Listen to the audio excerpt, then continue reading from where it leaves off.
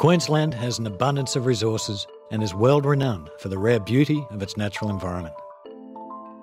Over the last 200 years, the state's economy has relied heavily on the land and enjoyed prosperity through the wealth of resources, both above and below ground. In fact, of the entire available land, a vast 83% is presently approved for grazing and 80% is covered by permits for mineral exploration. But did you know less than 5% of the state is protected as national park?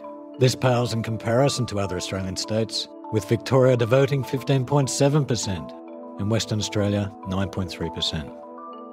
Surely this small surviving allocation should be protected at all costs. Some don't think so. The Queensland Government has changed the legislation to allow farmers to graze their cattle in national parks. This will have a devastating impact on land that was set aside to preserve endangered animals and already stressed ecosystems. More baffling still is whose interest this ruling serves. Some graziers even suggest anyone desperate enough to need national parks for feed should perhaps reconsider their occupation.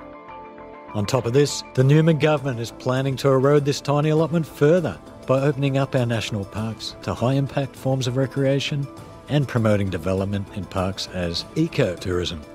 Whatever happened to putting nature first in our national parks?